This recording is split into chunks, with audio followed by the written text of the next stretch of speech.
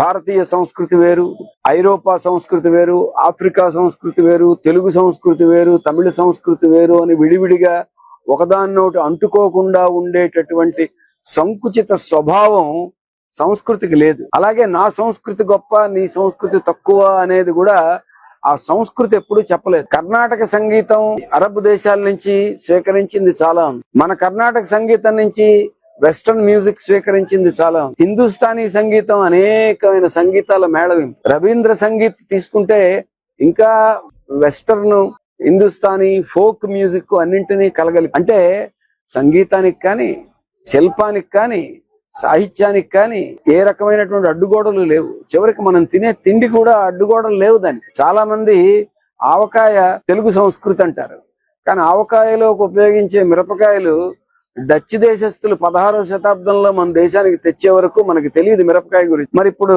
ఆంధ్రుల సంస్కృతి, డచ్ వారి సంస్కృతి కలిసిపోయినట్టే కదా.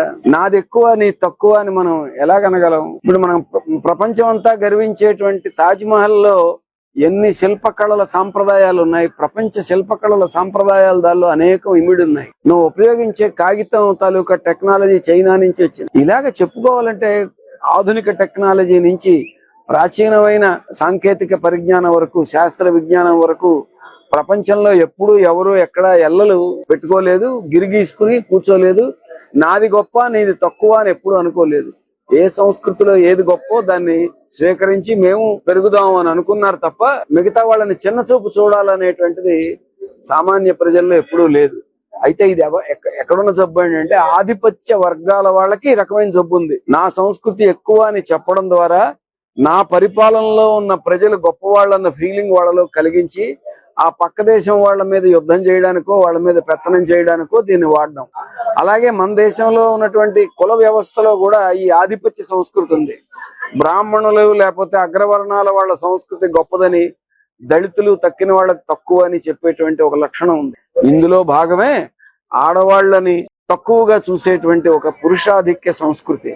ఇది చాలా ఘోరమైన జబ్బు. సమాజంలో సగ భాగాన్ని తక్కువగా చూసే హక్కు మాకే ఉంది అని మగవాళ్ళు వాళ్ళకి వాళ్ళు ఆపాదించుకున్నటువంటి ఒక దురహంకార పూరితమైనటువంటి జబ్బు. ఈ జబ్బు ఉన్నందుకు మగవాళ్ళు సిగ్గుపడాలి, దాని మీద పోరాడాలి, దాని నుంచి బయటపడాలి. కానీ ఇప్పుడు ఈ చర్చలో కనబడుతున్నది ఏంటంటే ఆడవాళ్ళు ఎలాంటి బట్టలు వేసుకోవాలో మగవాళ్ళు నిర్ణయిస్తున్నారు, సూచిస్తున్నారు. మరి మగవాళ్ళు ఎలాంటి బట్టలు వేసుకోవాలో ఆడవాళ్ళు సూచిస్తున్నారా? సూచిస్తే మగవాళ్ళు ఒప్పుకుంటారా? ఆడవాళ్ల బట్టలకే భారతీయ సంస్కృతి ఉందా? మగవాళ్ల బట్టలకి లేదా? ఈ సంస్కృతి ప్రబోధం ఆడవాళ్ళకి చేస్తున్న ఈ మగవాళ్ళలో ఎంతమంది ప్యాంట్లు షర్ట్లు మానేసి పాతకాలపు పంచెలు గోచీలు కట్టుకుని తుండుగుడ్డ మీద వేసుకుని రోడ్డు మీదకి రాగలరు? అందుకని ఒక అనవసరమైనటువంటి చర్చ తప్ప ఈ సంస్కృతి పేరుతో వస్త్రధారణ మీద కామెంట్ చేసి సమాజంలో 2 ముక్కలు చేసి ఒక చీలికి తీసుకురావడం అనేటువంటి దానివల్ల మన సంస్కృతి తాలూకా గొప్పతనము మనకి తెలియట్లేదు. ఇన్క్లూజివ్నెస్, అన్ని సంస్కృతుల్లోని మంచిని కలుపుకునేటటువంటి ఆ ధోరణి పెంపొందించడము జరగట్లేదు. ఒక ఆధిపత్య సంస్కృతి, నాదే గొప్ప అనుకునే ఒక దురహంకారాన్ని ప్రచారం చేయడానికి ఇది మాత్రమే దారితీస్తుంది.